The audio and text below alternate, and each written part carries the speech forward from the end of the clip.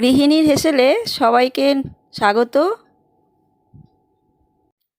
আজকে আমি করে দেখাবো আলু দিয়ে মটনের ঝোল। প্রথমে মটনের পিসগুলো ভালো করে ধুয়ে জল ঝরিয়ে নিতে হবে। তারপর এর মধ্যে আমি পরিমাণ মতো এক এক করে মশলা দেব ম্যারিনেট করার জন্য। প্রথমেই দেবো 2 চামচ রসুন বাটা, 1 চামচ আদা বাটা, 1 চামচ পেঁয়াজ বাটা, পরিমাণ মতো লঙ্কার গুঁড়ো, স্বাদ মতো নুন, আর ধনে গুঁড়ো 2 চামচ, জিরে গুঁড়ো 1 চামচ দিয়ে সামান্য সর্ষের তেল দিয়ে ভালো করে ম্যারিনেট করে নিতে হবে, যাতে মাংসটার মধ্যে ভালো করে মশলাগুলো ঢোকে।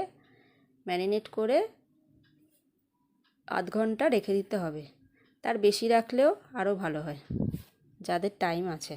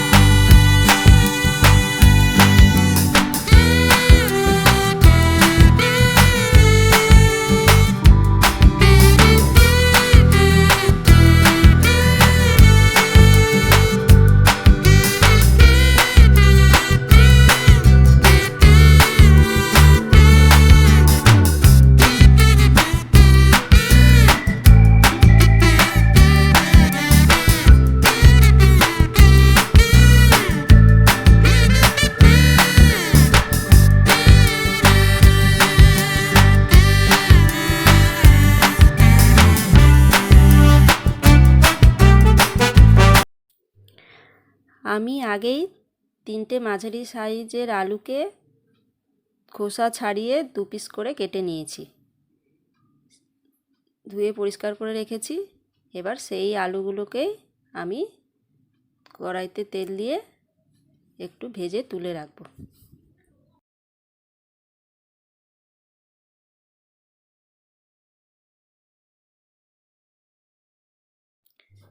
আমি এখানে 6 পিস আলু দিয়েছি, তোমরা তোমাদের যত পিস আলু লাগবে সেই অনুযায়ী তোমরা দেবে। আলুগুলোকে একটু লাল লাল করে ভেজে তুলে নিতে হবে।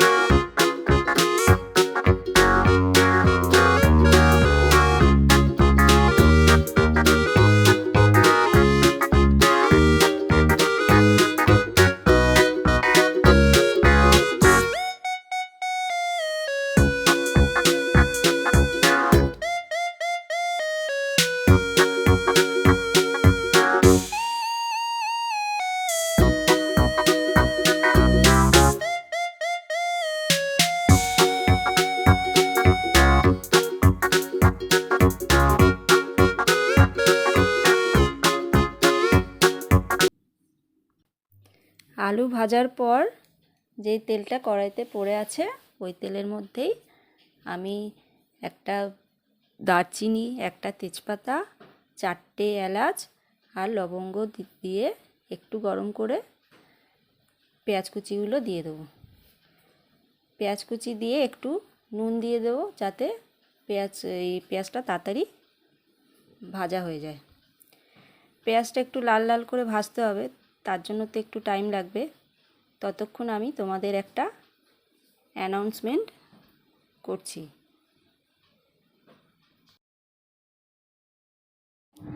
আমাদের আরও একটি চ্যানেল আছে ইদিতা ফ্যাশন নামে, সেখানে আমাদের লাইভে শাড়ির কালেকশান দেখানো হয়। যদি তোমরা দেখতে চাও তাহলে ওই চ্যানেলটা সাবস্ক্রাইব করে রাখতে পারো। যদি পছন্দ হয় তাহলে ওই চ্যানেলে আমাদের বুকিং নাম্বারটা পিন কমেন্ট করা আছে, তোমরা স্ক্রিনশট নিয়ে বুকিং করতে পারো। এছাড়াও আমাদের শাড়ির শর্টস ও ছবি ফেসবুক ও ইনস্টাগ্রামে দেওয়া হয়, চাইলে সেখানেও পেজটা ফলো করে রাখতে পারো।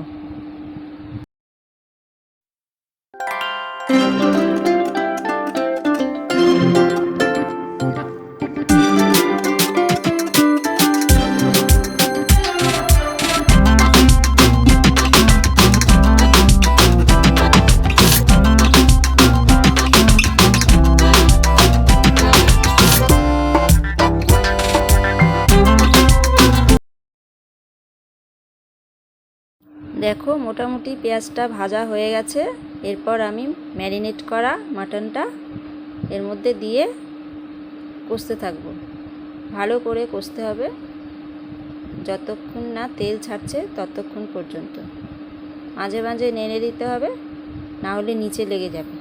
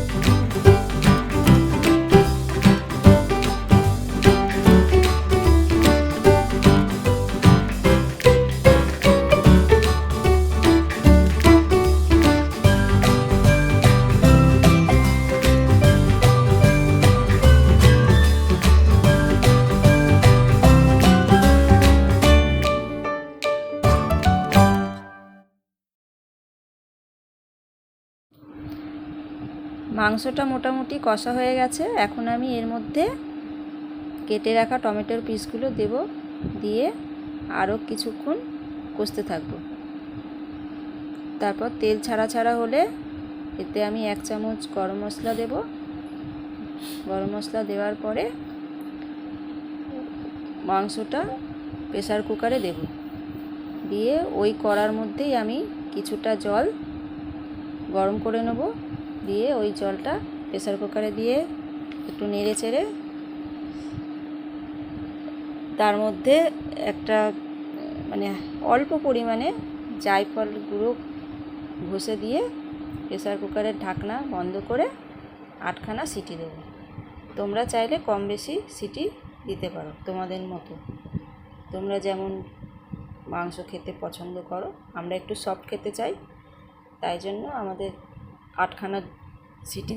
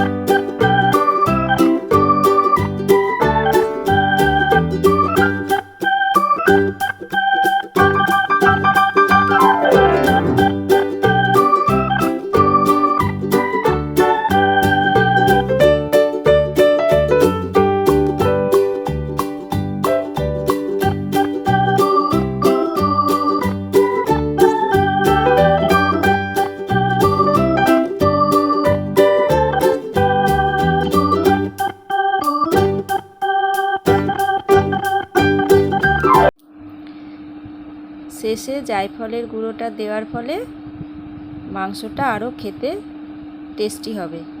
তোমরা এইভাবে একবার করে দেখবে, খুবই ভালো খেতে হয়। কিন্তু বেশি পরিমাণে দেবে না, জায়ফলের গুঁড়ো বেশি পরিমাণে দিলে তেতো হয়ে যাবে, তাই অল্প পরিমাণেই দেবে। দেখো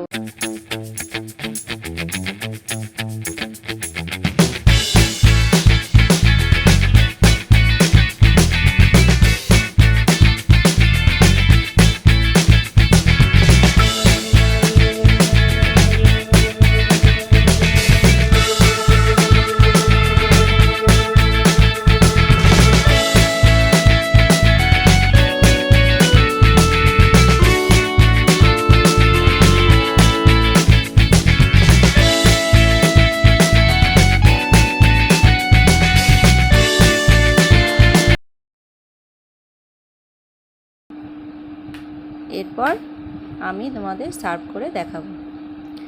আজকের মতো ভিডিওটা আমি এখানেই শেষ করছি। আরও নতুন নতুন ভিডিও দেখতে হলে চ্যানেলটা অবশ্যই সাবস্ক্রাইব করে রাখবে।